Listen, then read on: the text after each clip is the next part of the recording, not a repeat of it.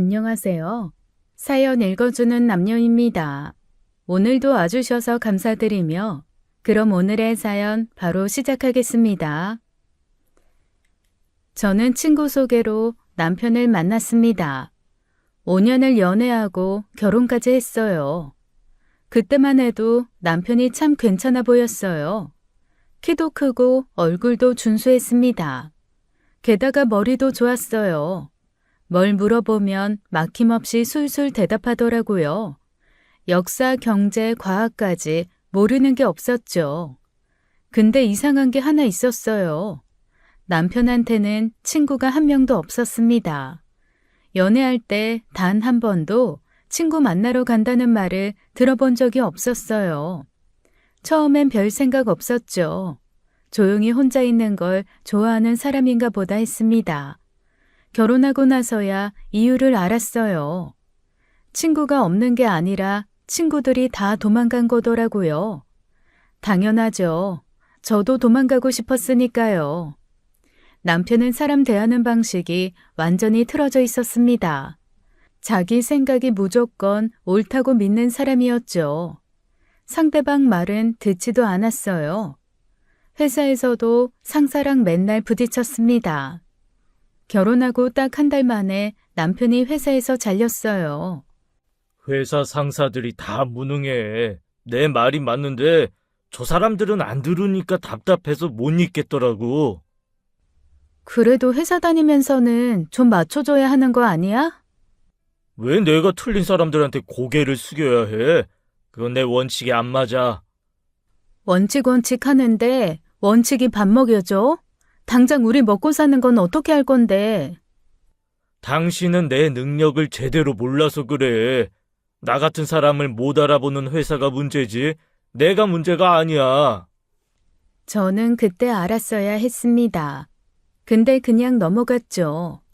남편은 취업했다가 퇴사했다를 끝없이 반복했어요. 길어야 반년, 짧으면 2달 만에 나왔죠. 이유는 늘 똑같았습니다. 상사가 무능하다, 동료들 수준이 안 맞는다, 회사 시스템이 엉망이다. 2년을 그렇게 보냈어요. 그때 깨달았습니다. 전국에 있는 회사가 다 문제면 문제는 회사가 아니라 당신이라고요. 결국 남편이 은행 대출을 받아서 회사를 차렸습니다. 이제 됐어. 내가 사장이 되면 내 방식대로 제대로 해볼 수가 있어. 회사 차리는 건 좋은데 직원들 관리는 좀 유연하게 해. 당신 성격 당신도 알잖아. 내가 사장인데 당연히 내 방식대로 하는 거지. 아유, 이번엔 다를 거야. 걱정하지 마. 근데 달라진 게 하나도 없었어요. 직원 뽑으면 한 달도 안 돼서 나가더라고요. 남편이 사람 대하는 게 너무 고압적이었던 겁니다. 직원들이 못 견디고 줄줄이 퇴사했죠. 나중엔 구인 공고 올리는 것도 민망하더라고요. 이게 회사인가 회전문인가 싶었으니까요. 사업은 당연히 힘들 수밖에 없었습니다. 사람이 자꾸 바뀌니까 일이 제대로 될 리가 없었어요. 저는 남편을 도와주려고 회사에 나가기 시작했습니다. 역시 내 와이프야. 당신이 와주니까 든든하네. 내가 할 수 있는 건 도와줄게. 근데 직원들한테는 제발 좀 부드럽게 대해줘. 알았어. 내가 조심할게. 근데 입으로만 그런 거였어요. 하나도 안 바뀌더라고요. 일할 때도 남편은 자기 판단만 믿었습니다. 저는 그때 확실히 깨달았어요. 이 사람은 죽을 때까지 안 변하겠구나. 아니 죽어서도 저승 가서 염라대왕한테 당신이 틀렸어 하고 있을 것 같더라고요. 그때부터였습니다. 제 인생의 진짜 고생이 시작된 게 말이죠. 남편 회사 일을 도우면서 저는 점점 이상한 걸 발견했습니다. 남편이 직원들한테 거짓말을 하고 있었어요. 자기가 재벌 집안이라고 떠들고 다니더라고요. 어느 날 저녁 집에서 남편한테 물었습니다. 당신 회사에서 재벌 집안이라고 말하고 다닌다던데 그게 사실이야? 그거? 그냥 직원들한테 믿음을 주려고 하는 거야. 믿음을 주긴 무슨 거짓말이잖아. 왜 그런 헛소리를 해? 당신은 몰라. 직원들이 사장이 돈 많다고 생각하면 회사를 더 믿고 열심히 일한다고. 그래서 재벌 집안이라고 거짓말하는 게 당연하다는 거야? 거짓말이 아니라 전략이야, 전략. 이렇게 해야 사람들이 움직인다니까. 저는 어이가 없었습니다.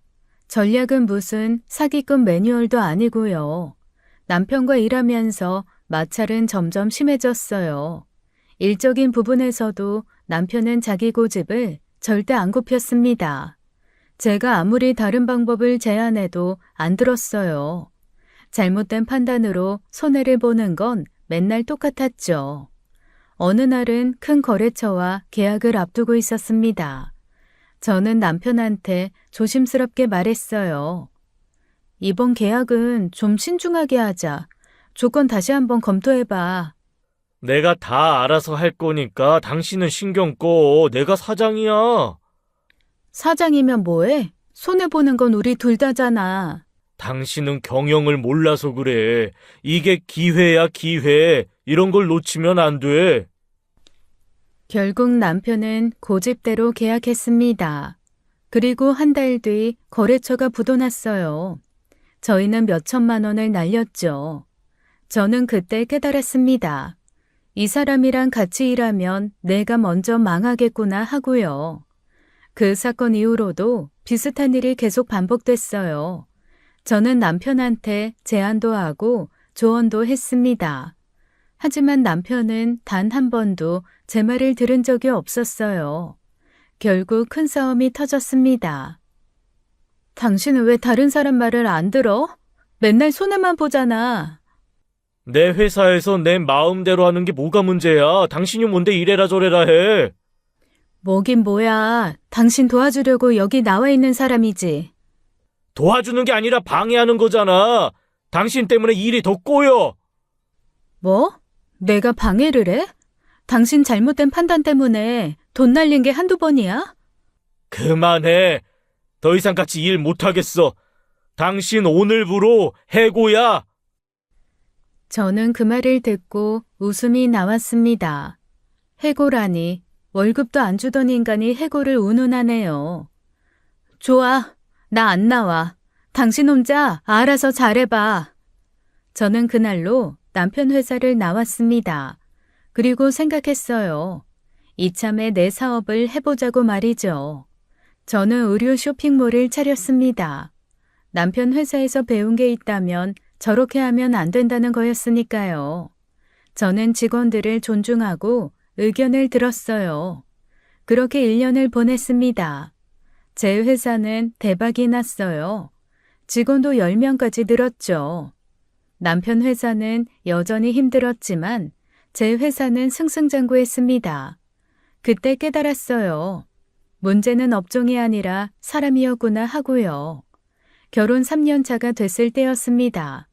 남편이 퇴근하고 집에 오더니 조심스럽게 말을 꺼냈어요. 어머니 건강이 안 좋으시대. 병원 다녀오셨는데 혼자 계시기 힘들다고 하시더라고. 그래서? 우리가 모셔야 할 것 같아. 시골에 혼자 계시는데 어떻게 그냥 둬? 안 돼. 뭐? 아유, 갑자기 왜 그래? 갑자기가 아니야. 절대 안 돼. 어머니가 아프신데 당신은 며느리가 돼서 그렇게 말하는 거야? 며느리 운운하기 전에 결혼 초기 생각 안 나? 저는 결혼 초기를 떠올렸습니다. 시어머니는 시골에서 평생 사신 분이었어요. 남존여비 사상이 뼛속까지 박힌 분이었죠. 시어머니는 남편이랑 제가 같은 밥상에서 밥 먹는 걸 보고 기절 초풍하셨습니다. 세상에, 남자랑 여자가 어떻게 같이 밥을 먹어? 네가 먼저 밥 차려놓고 따로 먹어야지. 어머니, 요즘은 다 같이 먹어요. 조선시대도 아니고. 요즘은 뭐가 요즘이야? 이게 다 버릇이 없어서 그래. 시어를 모시고 사는 집에서 어떻게 감히 남편이랑 같이 먹어? 저는 그때도 참았습니다. 시어머니가 곧 시골로 돌아가실 거니까 말이죠. 하지만 그 일주일이 지옥이었어요. 시어머니는 제가 하는 모든 게 마음에 안 드셨습니다. 아침에 남편보다 늦게 일어났다고 혼나고요. 설거지 방법이 틀렸다고 혼나고요. 빨래를 잘못 넣는다고 혼났죠. 남편은 그때 뭐 했냐고요?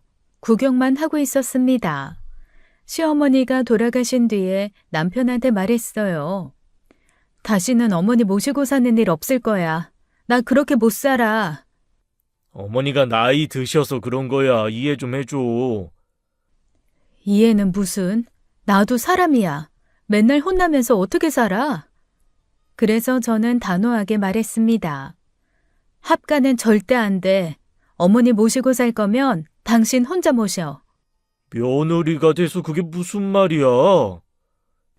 며느리는 맞아. 근데 노예는 아니거든. 나도 일하는 사람이고 나도 자존심 있어. 어머니가 아프시다는데 그렇게 차갑게 굴 수 있어? 아프시면 요양보호사 모시든지 해. 내가 왜 어머니 시중 들면서 맨날 혼나면서 살아야 돼? 남편 얼굴이 굳어졌습니다. 그리고 명심해. 당신 혼자 결정해서 어머니 모셔오는 짓은 하지 마. 그런 짓 하면 나도 가만 안 있을 거야. 내가 무슨 짓을 하겠어. 그냥 고민 좀 해보자는 거야. 고민할 것도 없어. 답은 이미 나왔어. 안 된다고. 저는 단호했습니다. 시어머니 성격에 합가하면 제가 죽을 게 뻔했으니까요. 그런데 남편 표정을 보니 찝찝하더라고요. 저는 다시 한번 경고했습니다. 내 말 듣고 있어? 절대 혼자 결정하지 마. 진짜 그러면 나 가만 안 있어. 알았어. 알아들었어. 근데 그 알았어가 진짜 알았다는 게 아니었습니다. 나중에 알았죠. 그냥 시끄러우니까 알았다고 해놓자였던 거였어요. 역시 이 인간은 귀는 장식인가 봐요. 2달이 지났습니다. 그날도 저는 야근을 하고 집에 돌아왔어요. 현관문을 열고 들어가는데 낯선 신발이 하나 있더라고요. 거실로 들어가니 시어머니가 앉아 계셨습니다. 넌 이 밤중에 어디 갔다 오는 거냐? 여자가 밤늦게 돌아다니면 어떡해? 집안꼴 잘 돌아간다. 어머니, 어떻게 여기 계세요? 어떻게 왔긴? 내 아들이 모셔왔지. 당연한 거 아니야? 저는 그 순간 머리가 하얘졌습니다. 그나저나 너 이렇게 밤늦게까지 밖에 나돌아다니면 남편 내조는 언제 하냐? 응? 저 일하는 거 아시잖아요. 일은 무슨 일이야? 여자가 집에서 살림이나 제대로 할 것이지. 밖에 나돌아다니고 지랄이야. 남편도 있는데 창피하게. 저는 참았습니다. 일단 남편부터 만나봐야 했으니까요. 저는 안방으로 갔습니다. 남편이 태연하게 누워있더라고요. 저는 문을 닫고 조용히 말했어요. 어머니 모셔온 거야? 그게 말이야. 그게 말이야가 뭐야? 내가 뭐라고 했어? 혼자 결정하지 말라고 했잖아. 아이고, 어머니가 진짜 아프시다니까. 혼자 두면 안 될 것 같았어. 그래서 내 말은 듣지도 않고 멋대로 모셔온 거야? 미안해. 근데 어쩔 수 없었어. 어머니 집도 벌써 팔았어. 뭐? 집을 팔았다고? 집 팔아야 했어. 어머니 병원비도 필요하고 그러니까. 저는 어이가 없었습니다. 그럼 내가 지금 어머니 나가시라고 하면 어디로 가시는데? 갈 곳 없지. 그러니까 여기서 같이 살 수밖에 없잖아. 지금 나한테 기정사실로 다 만들어 놓고 어쩔 수 없다고 말하는 거야? 미안하긴 한데 이미 늦었어. 이제 어쩔 도리 없어. 그 순간 저는 깨달았습니다. 아, 이 인간 귀에다 시멘트 발라놨구나. 말이 들어가면 뇌로 안 가고 귓구멍에서 그냥 굳어버리더라고요. 제가 화를 내려는데 갑자기 방문이 벌컥 열렸습니다. 시어머니였어요. 계집이 감히 지 서방한테 목소리를 높여? 이게 무슨 버릇없는 짓이야? 어머니, 죄송한데 저희 둘이 얘기 좀 할게요. 얘기는 무슨 얘기야? 내가 다 들었어. 너 지금 내 아들 함부로 하는 거냐? 제가 언제 함부로 했어요? 이거 봐라. 지금 그 말투 좀 봐. 어른한테 말대꾸를 해? 요즘 것들은 다 이 꼴이네. 저는 참고 또 참았습니다. 그리고 앞으로 내가 이제 이 집 살림 다 맡아서 할 거다. 그러니까 너 통장 내놔라. 네? 갑자기 무슨... 통장 말이야, 통장. 이건 꼭 말을 두 번 하게 만들어. 앞으로 이 집 돈 관리는 내가 하니까 어서 내놔. 어머니, 제가 번 돈인데요. 어머니 돈도 아니고 어머님 아들 돈도 아니고 제 돈이라고요. 무슨 개소리야? 네가 번 돈도 다 내 아들이 잘 돼서 번 거지. 그러니 당연히 내가 관리해야지. 니들 내가 보니 아주 돈 관리가 엉망이더라. 아들이 잘 돼서요? 어머니 아들이 잘 됐으면 제가 돈 벌어서 이 집 대출금 갚고 생활비 대고 있겠어요? 그리고 그렇게 따지면 아들이 돈 못 벌면 누구 탓인데요? 그땐 잘못 키우신 어머니 잘못이에요? 시어머니는 말문이 막혔습니다. 하지만 금방 정신 차리고 소리를 질렀어요. 이게 지금 뭐라는 거야? 그게 지금 시어머니한테 할 소리냐? 어쨌거나 안 돼요. 제 돈은 제가 관리할 거예요. 갑자기 저희랑 함께 사시겠다고 오신 것도 지금 정신없는데 무슨 통장을. 이 버릇없는 것이. 준혁아, 너 나가 있어 봐라. 내가 오늘 쟤 좀 혼 좀 내줘야겠어. 아유, 어머니 고정하세요. 요즘 젊은 것들이 다 저렇죠, 뭐. 뭐라고? 저는 시어머니와 남편을 밀어내고 문을 쾅 닫아버렸어요. 밖에서 시어머니가 뭐라고 소리 지르는 게 들렸지만 신경 쓰지 않았습니다. 그날 밤 저는 생각했어요. 아들 잘 되면 어머니 덕분, 며느리 잘 되면 아들 덕분이래요. 그럼 아들이 돈 못 벌면 누구 덕분인지 맹자가 벌떡 일어나서 효경 들고 때리러 올 것 같더라고요. 진짜 어이가 없었습니다. 그날은 일찍 잠자리에 들었어요. 하도 열이 받으니 기절하더라고요. 다음날 새벽같이 출근한 저는 회사에서 남편에게 전화를 했습니다. 딱 한 달 줄게. 그 안에 어머니 새집 구해서 내보내. 야, 어떻게 한 달 안에. 좀 어머니랑 살아보고 천천히. 천천히? 당신 어젯밤 봤지? 어머니가 나한테 어떻게 했는데. 어머니 만나고 5초 만에 벌어진 일이야. 5초 만에. 그런데 천천히? 됐고, 한 달이야. 이 한 달도 내 미래의 인내심까지 미리 끌어와서 주는 거야. 알아? 그리고 당신, 어제 뭐야? 뭐?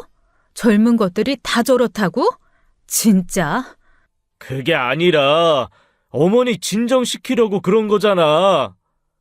진정은 개뿔. 내가 진정이 안 돼.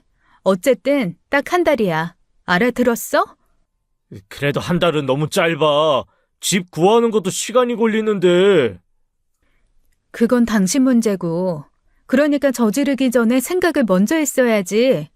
나는 딱 한 달만 참아줄 거야. 그 뒤는 당신 상상에 맡기겠어. 알았어. 알아볼게. 저는 전화를 끊었습니다. 한 달이면 제 인내심의 끝이었어요. 그날 퇴근하고 집에 왔습니다. 시어머니가 거실에서 저를 기다리고 있더라고요. 너 지금 오냐? 빨리 저녁 준비해라. 그리고 앞으로는 적어도 4시까지는 집에 와서 저녁 준비해놔라. 어머니, 저도 일하는데 그건 좀 어려워요. 어렵긴 뭐가 어려워? 며느리가 시어머니 모시고 사는 집에서 밥상도 제대로 안 차리면 그게 말이 되냐? 너 자꾸 그러면 조상님도 노하셔서 무덤에서 뛰어나오시겠다. 네? 그럼 제 조상님은 가만히 계시겠어요? 이것은 내가 네 친구야? 어디서 말장난이야? 어서 빨리 저녁이나 차려. 저는 꾹 참고 저녁을 차렸습니다. 한 달이었어요. 딱 한 달. 밥상을 놓고 먹으려는데 시어머니가 입을 열었어요. 넌 감사하게 생각해라. 우리 준혁이가 사업이 잘 돼서 이렇게 좋은 집에서 살게 됐으니까. 준혁이가 어릴 때부터 똑똑해서 신동소리 들었어. 넌 참 좋겠다. 신동 남편 뒀으니까.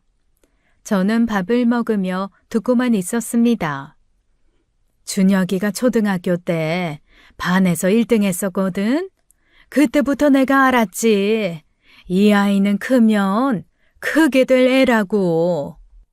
어머니, 식사하세요.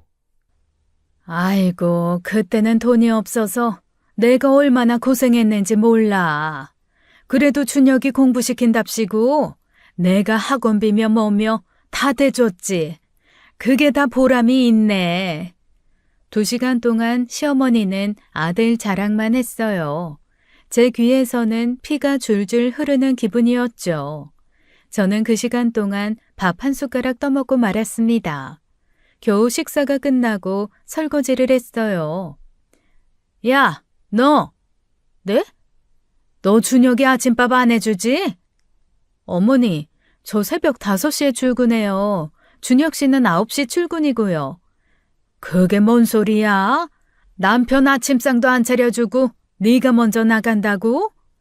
네, 시간이 안 맞아서요. 시간이 안 맞으면 네가 4시에 일어나서 차려놓고 가면 되잖아. 남편이 제일인데 어떻게 밥도 안 차려줘? 어머니, 그건 불가능해요. 모르시나 본데 저도 잠을 자야 일할 수 있는 동물이랍니다. 불가능은 무슨? 옛날에는 다들 그렇게 했어. 신기하네요. 근데 저는 못해요. 그렇게 하고 싶으시면 어머니가 직접 해주세요. 그리고 이 집에서 지내실 거면 어머니 규칙 말고 제 규칙 따라주시고요. 로마에 가면 로마법을 따르라고 했잖아요. 여기가 로마냐? 절이 싫으면 중이 떠나는 거죠. 시어머니는 얼굴이 새빨개졌습니다. 그리고 갑자기 남편 등짝을 손으로 쳤어요. 준혁아, 네 마누라 좀 봐라. 지 시어머니한테 하는 꼴을 봐. 쟤는 네가 번 돈으로 호의호식하면서 저렇게 막 나가. 옛날 같았으면 소금으로 쳐맞고 소박 맞았어. 어머니, 진정하세요. 저 원래 아침 안 먹잖아요. 진정은 무슨? 저것이 지금 나한테 대드는데. 저는 더 이상 참을 수가 없었습니다. 제가 준혁 씨가 번 돈으로 호의호식한다고요? 어머니, 그 반대예요. 제가 이래서 번 돈으로 사는 거라고요. 뭐라고? 그게 무슨? 남편이 당황해서 저를 말리려고 했습니다. 당신 그만해. 뭘 그만해. 나 더 이상 못 참아. 시어머니는 벌떡 일어나더니 남편 등짝을 또 때렸어요. 준혁아, 네 마누라 저 꼴 좀 봐. 넌 여지껏 네 마누라도 못 잡고 뭐 했어? 안 되겠다. 내가 오늘 며느리 교육 제대로 시켜야겠어. 저는 귀를 막고 안방으로 들어갔습니다. 들어가서 문을 닫아버렸어요. 한숨이 절로 나왔어요. 이래서 제가 시어머니를 집으로 모시는 게 죽어도 싫었던 겁니다. 말이 안 통하는 분이거든요. 침대에 누워 저는 생각했습니다. 아들이 그렇게 잘났으면 왜 어머니 집은 팔았는지 어머님만 모른다는 게 참 미스터리 그 잡채더라고요. 1시간 뒤 시어머니를 진정시킨 남편이 안방으로 들어왔습니다. 어머니 말에 그냥 장단 좀 맞춰주면 안 돼? 왜 그렇게 대들어? 장단을 맞춰? 새벽 5시에 출근하는 며느리한테 4시에 일어나서 밥 차려놓고 가라는 게 정상적인 소리야? 그래도 어머니가 그렇게 말씀하시는데 좀 이해해 줘야지. 이해는 무슨 개뿔 이해야. 당신이 차려 먹든지 해. 아니면 어머니한테 해달라고 해. 그게 무슨 말이야? 어머니 연세가 몇인데 아침상을. 어머님도 며느리가 해주는 따뜻한 아침 드시고 싶으셔서 그러시는 거지. 그럼 난 언제 잠자니? 그러니까 딱 한 달이라고 했잖아. 그 안에 어머니 새집 구해서 내보내. 그게 그렇게 쉽게 되냐고. 아이, 좀 천천히 하자. 천천히? 한 달도 많이 준 거야. 난 분명 말했어. 한 달 안에 어떻게 집을 구하냐고. 그건 당신이 알아서 할 일이고. 어머님 집 한 돈 있을 거 아니야. 어쨌거나 나는 귀 닫고 입 막고 딱 한 달만 참아줄게. 남편은 난감한 표정을 지었습니다. 아이, 사실은 말이야. 뭐? 저는 불길한 예감이 들었습니다. 사실은 뭐? 무슨 소리야? 사업 자금 좀 부족해서 그래서 어머니 집 한 돈을 사업 자금으로 썼어. 뭐? 그제야 시어머니가 집에 오자마자 통장을 내놓으라고 한 말이 이해가 되었습니다. 그런데 집 한 돈은 아들이 썼는데 왜 제 통장을 내놓으라고 하는지 그건 아직도 이해가 안 되긴 하네요. 아, 미안해. 급한 상황이었어. 급한 상황이면 나한테 말을 했어야지. 왜 맘대로 그런 짓을 해? 말하면 당신이 반대할 게 뻔하잖아. 당연히 반대하지. 그럼 지금 어머니 집 구해줄 돈도 없다는 거야? 지금은 좀 어려워. 저는 어이가 없었습니다. 어쩌자고 그런 짓을 한 거야? 사업 잘 되면 더 좋은 집 사드릴 수 있어. 지금은 좀 힘들어도 나중에는. 나중에? 지금까지도 사업 잘 안 됐는데 앞으로 뭐가 달라진다고. 이번엔 다를 거야. 새로운 거래처도 생겼고 투자자도 알아보고 있어. 당신 그 말 벌써 몇 번째 하는지 알아?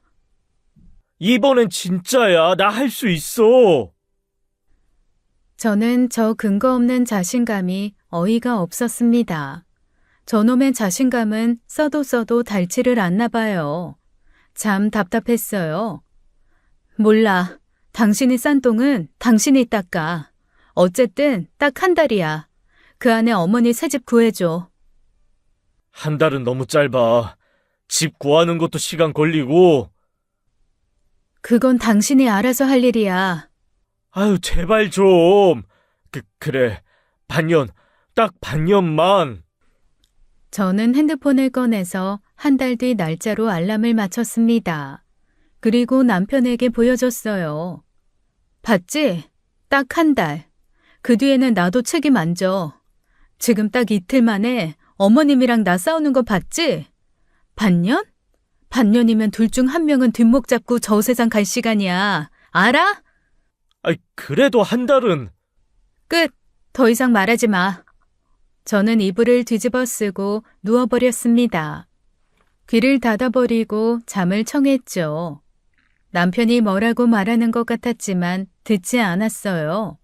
한참 뒤에 남편이 한숨을 쉬며 나갔습니다. 저는 이불 속에서 생각했습니다.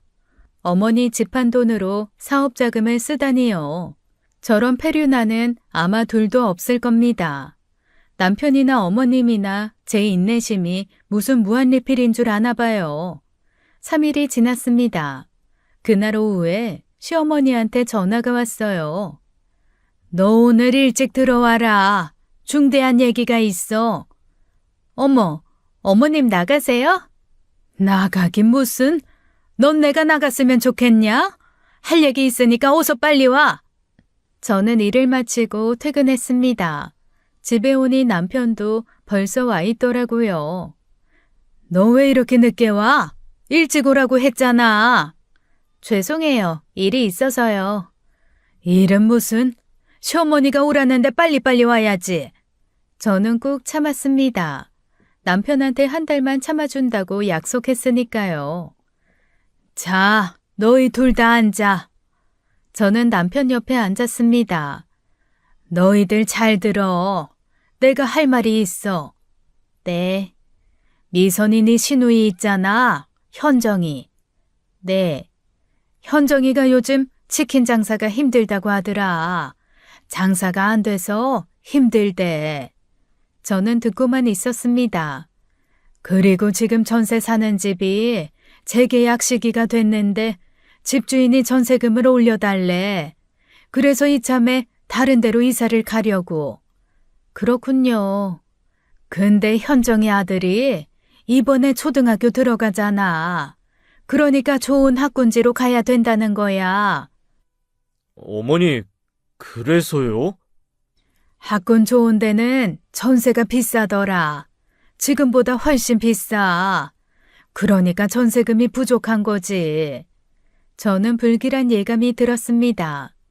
그래서 말인데 너희가 현정이 전세금 좀 보태줘야겠어. 네? 얼마요? 2억. 저는 깜짝 놀랐습니다. 2억이요? 2천도 아니고 2억이요? 그래, 2억. 준혁이 사업 잘 되는데 2억이 뭐 대수야? 어머니, 저는 그 돈 없어요. 무슨 소리야? 어머니 못난 며느리는 사업이 안 돼서 2억은 없어요. 그러니까 돈 잘 버는 잘난 아들한테 부탁하세요. 남편은 당황한 표정을 지었습니다. 그게, 난 2억 빌려줄 형편 안 되니까 당신이 알아서 해. 준혁아, 네 마누라 지금 뭐라는 거야? 아이, 엄마, 그게 아니라, 그게 아니긴 뭐가 아니야. 네 마누라가 지금 나한테 대드는 거잖아. 대드는 게 아니라 사실을 말씀드리는 거예요. 저는 2억 없어요. 됐다. 성공한 큰아들이 밑에 동생 챙겨주는 게 당연한 거 아니야? 그게 형 노릇이지. 저는 안방으로 들어갔습니다. 남편이 뒤따라 들어왔어요. 현정이 사정이 진짜 어렵대. 우리가 좀 도와주자. 어떻게 도와줘? 2억을 어디서 구해? 당신 회사 잘 되잖아. 대출 좀 받아서 뭐? 내가 대출 받아서 신우이 전세금 내주라고? 빌려주는 거지. 나중에 현정이가 갚겠지. 내가 왜 대출까지 받아가면서 신우이 전세금을 내줘야 돼? 지금 우리 집 대출도 다 못 갚고 있는데. 어려울 땐 형제끼리 서로 도와야지. 그러니까 당신이 도우라고. 그건 안 말려. 도와주고 싶으면 당신이 도와줘. 어머니는 당신이 돈 잘 번다고 알고 계시잖아. 당신 돈으로 해줘. 내가 지금 회사 사정이. 나도 마찬가지야. 나 2억 없어. 제발 좀. 어머니가 저렇게 부탁하시는데. 부탁? 내 귀가 잘못된 거냐? 네 양심이 잘못된 거냐? 무슨 부탁? 화만 내시던데. 그리고 없는 걸 어떻게 해? 나 정말로 2억 없다고. 그래도. 저는 더 이상 듣고 싶지 않았습니다. 나 더 이상 얘기 안 할래. 나가줘. 여보, 그래도. 나가, 지금 당장. 남편은 할 말이 없는지 한숨만 쉬다가 나갔습니다. 저는 침대에 주저앉았어요. 2억을 빌려달라고요? 아, 이건 며느리가 아니라 호구잖아요.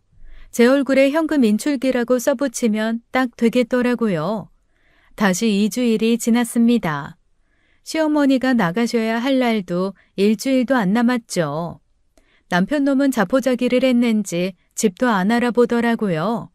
그날 친정 부모님한테서 전화가 왔어요. 미선아, 우리 지금 서울에 왔는데 너희 집에 잠깐 들러도 되겠니? 엄마, 서울은 왜요? 아버지 친구분 아들 결혼식이 있어서 잠깐 들를게. 얼굴이나 보자. 네, 오세요. 그런데 집에 시어머니 계세요. 안 싸도니? 설명하자면 길어. 일단 오세요. 저는 미리 준비해둔 선물들을 챙겼습니다. 일이 바빠서 명절에 친정에 못 갈 것 같아서 미리 준비한 거였어요. 한우, 굴비, 과일까지 정성껏 준비했죠. 30분 뒤 초인종이 울렸습니다. 문을 여니 부모님이 서 계셨어요. 딸, 우리 왔다. 엄마, 아빠, 어서 오세요. 부모님이 거실로 들어오셨는데 시어머니가 거실에 앉아 계셨습니다. 사돈 어르신, 안녕하세요. 시어머니는 못마땅한 표정으로 고개만 끄덕이더니 방으로 들어가 버렸어요. 저는 황당했어요. 미선아, 안 싸돈 여기 사시니? 집 문제로 잠깐 계세요. 집 문제? 무슨? 괜찮아요. 곧 해결될 거야. 친정엄마는 걱정스러운 표정을 지었습니다. 너 괜찮은 거 맞지? 네, 걱정 마세요. 저는 부모님과 간단하게 다과를 하고 준비한 선물을 내놨어요. 이거 가져가세요. 내가 요즘 바빠서 명절에 못 갈 것 같아서 미리 준비했어. 미안해, 엄마 아빠. 이게 다 뭐냐? 한우에 굴비까지. 명절 선물이야. 제가 번 돈으로 샀으니까 맘 편하게 가져가세요. 에이구, 고마워. 우리 딸 장하네. 친정 부모님이 선물을 들고 일어나셨습니다. 그럼 우리 가봐야겠다. 결혼식 시간이 있어서. 네, 조심히 가세요. 친정 부모님이 시어머니 방으로 가서 인사를 하려고 했어요. 사돈, 저희 먼저 가보겠습니다. 시어머니가 방에서 나오더니 친정 아버지가 들고 있는 선물 상자를 보았어요. 그거 두고 가세요. 네? 이거요. 그래요. 그거 다 내 아들 돈으로 산 겁니다. 왜 가져가요? 어머니, 이건 제가 번 돈으로. 시끄러워. 넌 지금 우리 현정이는 전세금 없어서 집에서 쫓겨날 판인데 네가 반대해서 우리 아들이 돈도 못 빌려주고 있는데 그런데 사돈들한테 뭐하러 내 아들 돈으로 산 비싼 한우랑 굴비를 가져다 줘? 사돈, 이건. 어서 두고 가라고요.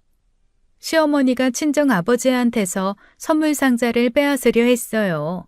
저는 화가 머리끝까지 났습니다. 어머니, 그만하세요. 저는 시어머니를 밀어내고 친정 아버지한테 선물을 다시 드렸어요. 아버지, 빨리 가세요. 미선아, 엄마 빨리요. 저는 부모님을 현관까지 모셨습니다. 친정 엄마가 걱정스러운 표정으로 저를 보셨어요. 미선아, 너 밖에서 나랑 잠깐 얘기 좀 하자. 네, 엄마. 저는 부모님을 주차장까지 배웅했습니다. 미선아, 너 정말 괜찮은 거니? 네 시어머니가 저러시는데 대체 저분 왜 저러시는 거야? 그리고 네 집에 왜 살고 계시고? 괜찮아. 내가 알아서 할게요. 어떻게 저럴 수가 있냐? 몰상식하게. 아빠, 걱정 마세요. 진짜 제가 다 처리할 수 있어요. 그래도 엄마는 네가 너무 걱정돼. 안사돈은 여기서 계속 사시는 거니? 아니야. 이제 일주일 남았어. 곧 정리될 거야. 내가 무슨 짓을 하든 엄마 아빠는 나 응원만 해줘. 알았지? 엄마 아빠 결혼식 늦으시겠어요. 어서 가요. 친정 부모님은 여전히 걱정스러운 표정이었지만 차에 타셨습니다. 저는 부모님 차가 떠날 때까지 손을 흔들었어요. 차가 사라진 뒤 저는 집으로 올라갔습니다. 그날 저는 생각했어요. 사돈한테 인사하러 온 친정 부모님 선물을 빼앗으려고 하다니요. 이건 선을 넘어도 한참을 넘은 거죠. 100번 양보해서 저는 며느리라서 막대한다고 쳐요. 하지만 저희 부모님한테까지 막대하는 건 아니죠. 얼마나 우습게 봤으면 저러겠어요. 이쯤 되니 저도 화가 진짜 머리끝까지 나기 시작했습니다. 집으로 돌아오니 남편이 와 있었습니다. 시어머니도 거실에 앉아 계셨어요. 저는 참았던 분노를 터뜨렸습니다. 어머님, 이건 아니죠. 사돈끼리는 어려운 사이잖아요. 어떻게 그렇게 할 수가 있어요? 뭐야? 미선아, 왜 그래? 뭐가 어떻게 해야? 내 아들 돈으로 산 선물을 왜 가져가? 도둑들도 아니고. 네? 도둑이요? 지금 말 다 하셨어요? 그거 어머님 아들 돈으로 산 거 아니에요. 어머니, 그거 다 제가 번 돈으로 산 거예요. 지금 이 집 대출금 누가 갚는지 아세요? 저예요. 생활비도 제가 다 내고 있어요. 여보, 그만해. 왜 그래? 그만하긴 뭘 그만해. 당신이나 그만해. 어머님 준혁 씨 사업 어려워서 생활비 안 준 지 1년도 넘었어요. 남편이 당황해서 저를 말리려고 했습니다. 제발 미선아. 그만 좀. 어머니도 알 건 아셔야지. 어머님 집 팔았다고 했잖아요. 그거 다 어디 갔는 줄 아세요? 어머님 아들 사업자금으로 다 썼어요. 공중분해 됐다고요. 뭐라고? 지금 어머니랑 준혁 씨가 저한테 얹혀 사는 거예요. 제가 돈 벌어서 이 집 유지하고 있다고요. 시어머니는 입을 벌린 채 아무 말도 못했습니다. 당신 지금 미쳤어? 지금 그 말을 왜 해? 내가 곧 좋아진다고 했잖아. 남편이 저를 안방으로 끌고 들어갔어요. 문을 닫자마자 남편이 화를 냈습니다. 어머니한테 비밀인데 왜 그런 말을 해? 비밀? 비밀이면 처음부터 어머니 집 팔지를 말았어야지. 이 페류나야. 그래도 지금 그렇게 말하면 안 되는 거잖아. 왜 안 돼? 사실인데. 어머니도 현실을 아셔야지. 당신 정말... 이제 일주일 남았어. 그 안에 어머니 새집 구해서 내보내. 못 구하면 당신도 같이 쫓겨날 준비해. 일주일? 돈이 없다고. 상관없어. 그럼 둘이 나가. 난 더 이상 못 참아. 제발 좀 미선아. 내가 왜 시간을 주는지 알아?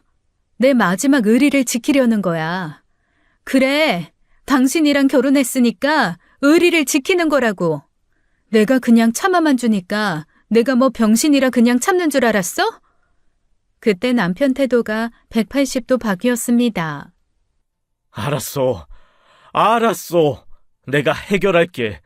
어머니랑 갈등도 내가 해결하고 다시는 당신한테 싫은 소리 못하게 할게. 갑자기 왜 이래? 나도 당신이랑 의리 지킬게. 미안해.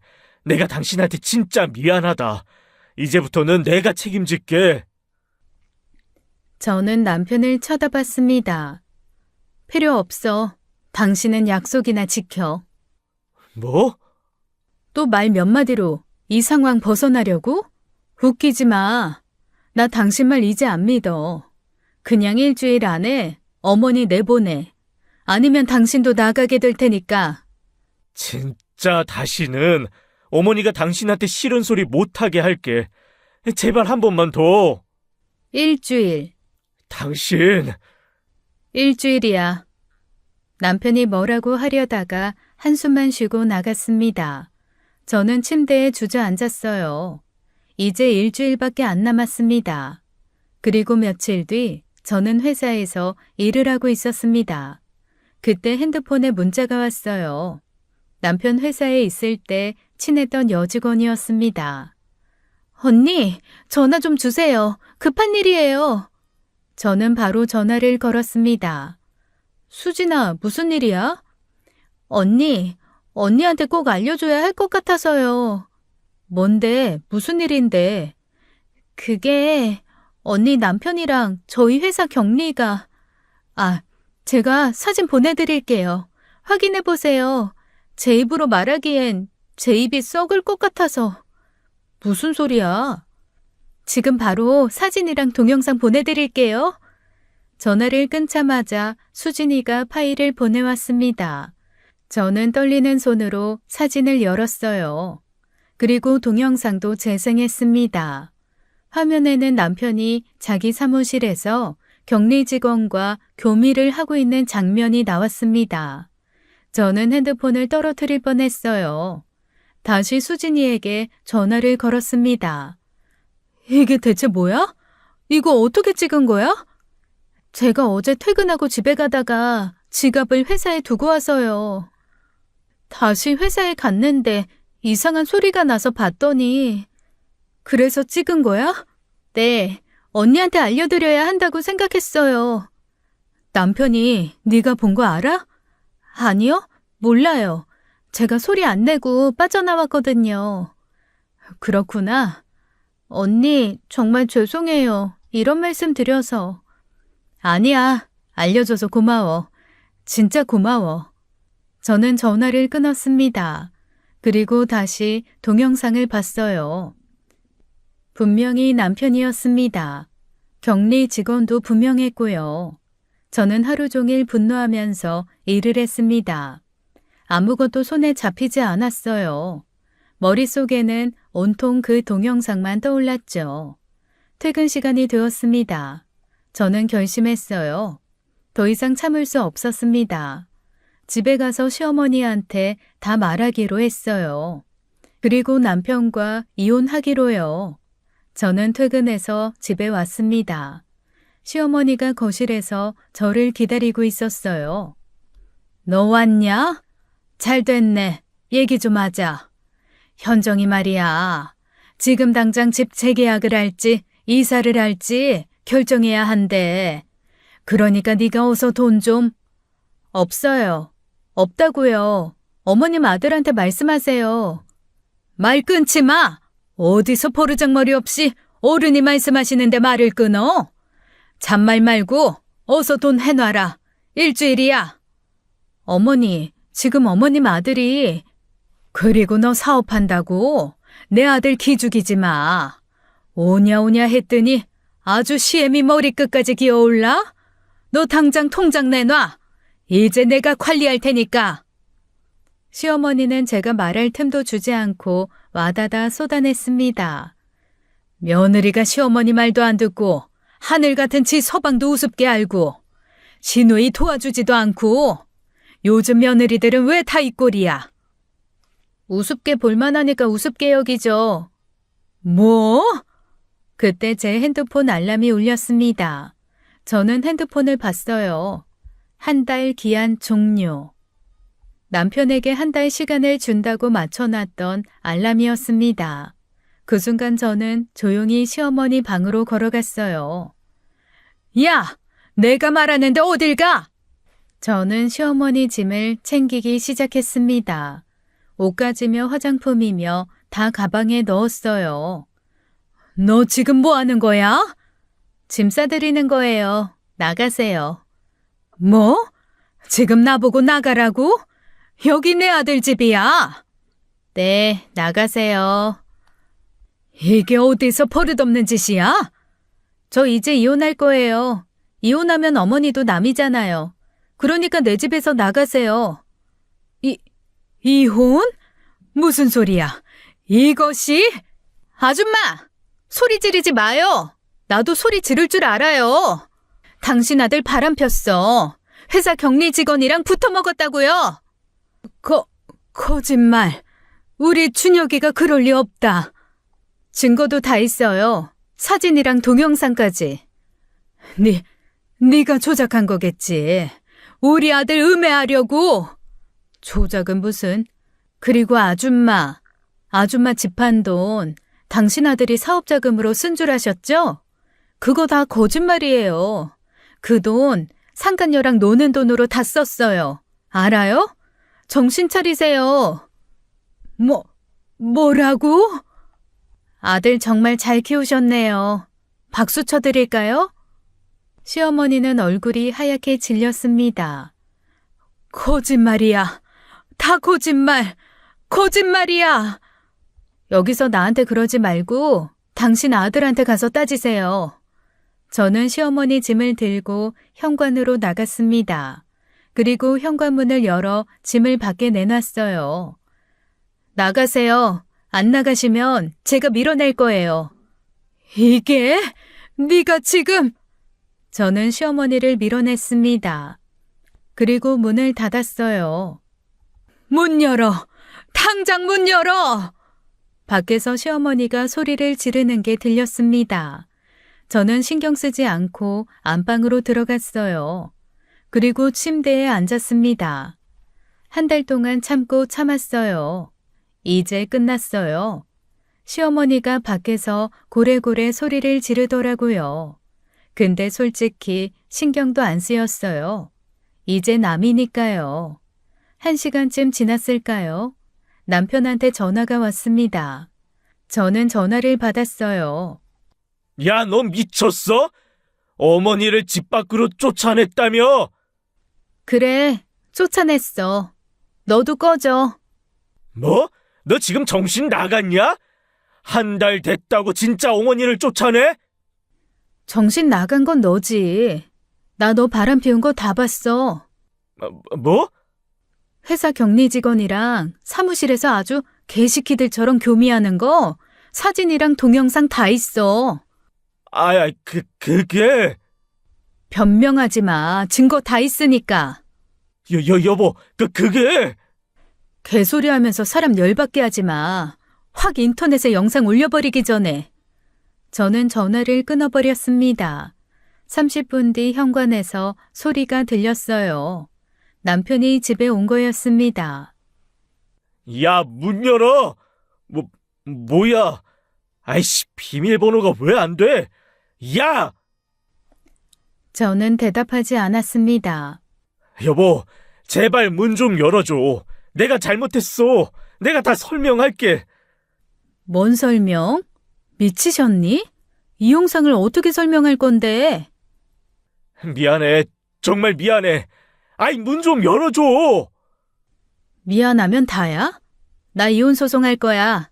그리고 정신 나간 상간녀한테는 상간녀 소송도 할 거고. 뭐? 소송?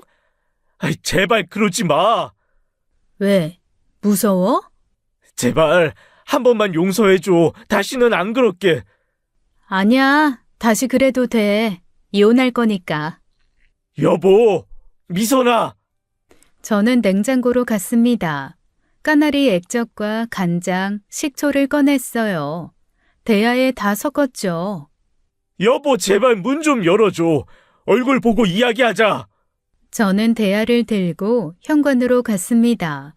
그리고 문을 활짝 열었어요. 여보. 저는 대야에 담긴 액체를 남편한테 확 뿌렸습니다. 아이씨. 까나리 액젓과 간장, 식초가 남편 온몸에 뿌려졌어요.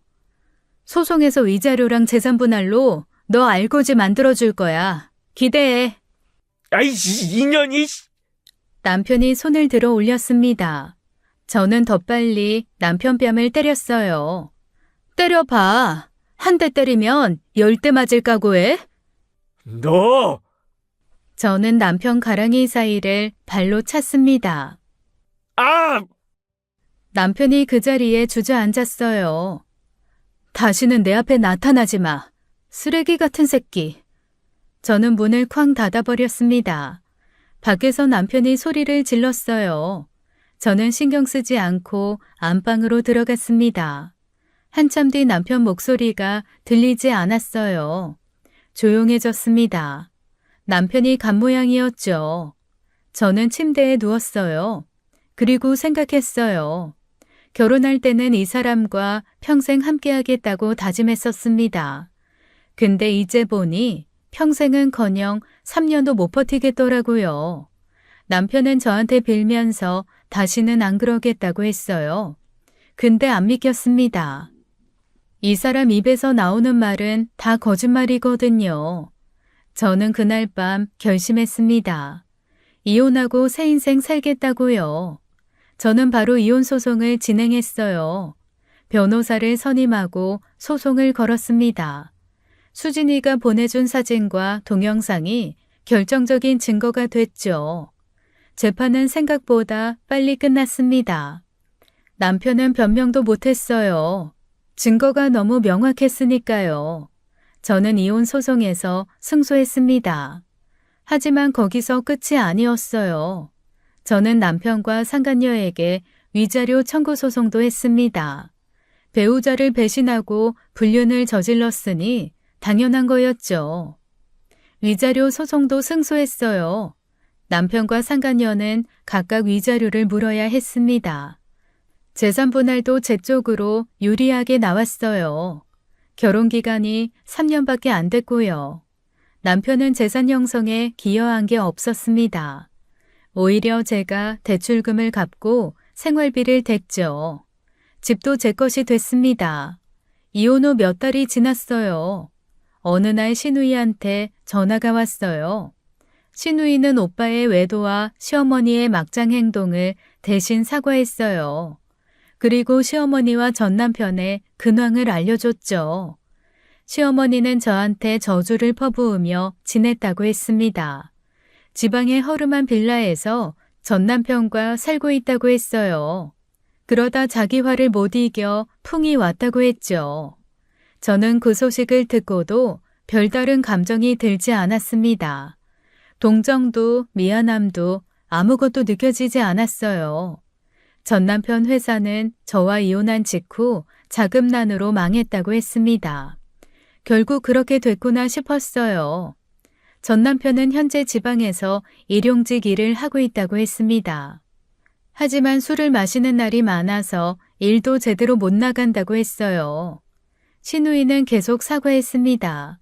가족들이 저한테 너무 심하게 했다고요. 저는 괜찮다고 말했어요. 이미 다 끝난 일이라고 했죠. 전화를 끊고 저는 창밖을 봤습니다. 시어머니는 풍이 오셨다고 하고요. 전 남편은 지방에서 술이나 마시며 일용직 생활을 한다고 했죠. 솔직히 말하면 동정심도 안 들었어요. 그들이 저한테 했던 것들을 생각하면요. 시어머니는 저한테 새벽 4시에 일어나 밥 차리라고 했고요. 통장 내놓으라고 소리를 질렀죠. 친정 부모님 선물까지 빼앗으려 했어요. 남편은 저를 무시했고요. 사업자금 명목으로 시어머니 집까지 팔아먹었죠. 그리고 상간녀랑 바람을 피웠어요. 그들의 말로가 이렇게 된 건 저 때문이 아닙니다. 그들 스스로가 자초한 거예요. 저는 그날 생각했어요. 시어머니가 저한테 저주를 퍼부었다고요? 근데 저주는 본인한테 돌아간 것 같더라고요. 남한테 저주하면 본인한테 돌아온다더니 부메랑도 이렇게 정확하게 맞나 싶었습니다. 저는 전 남편과 이혼한 이후 회사 경영에 더욱 집중했어요. 이혼 후 제 회사는 더 성장했습니다. 직원도 늘었고요. 매출도 올랐어요. 저는 제 인생을 되찾았어요. 제가 번 돈으로 제가 먹고 싶은 것을 먹었습니다. 제가 가고 싶은 곳에 갔어요. 제가 하고 싶은 일을 했죠. 아무도 저를 무시하지 않았습니다. 아무도 저한테 소리 지르지 않았어요. 저는 자유로웠습니다. 저는 다짐했어요. 이제 오로지 제 사업과 제 행복을 위해 살겠다고요. 다른 누구도 아닌 저 자신을 위해 살기로 했습니다. 제 결혼 생활은 지옥이었어요. 하지만 이혼 후의 삶은 천국이었죠. 저는 가끔 생각합니다. 그때 참지 않고 시어머니를 쫓아낸 게 신의 한 수였다고요. 더 참았으면 제가 먼저 쓰러졌을 거예요. 이제 저는 행복합니다. 전 남편도 시어머니도 없는 제 인생이 참 좋아요. 그날 제가 핸드폰에 맞춰놨던 알람, 딱 한 달이라는 그 알람이 제 인생을 바꿨습니다. 인내에도 끝이 있어야 하더라고요. 무한 참기는 인내가 아니라 자애였거든요. 지금까지 사연 읽어주는 남녀였습니다. 끝까지 시청해주신 여러분 감사드리며 저희는 다음 사연으로 돌아올게요. 감사합니다.